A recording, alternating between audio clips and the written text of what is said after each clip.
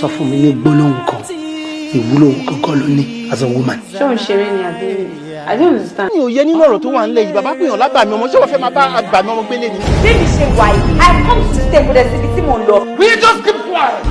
Pick up your responsibility. ọmọlẹ́rẹ̀ o. ilé wa yóò máa gbóná bí ilé rí kẹ. kí ló ṣẹlẹ̀ ṣe lọ split ni.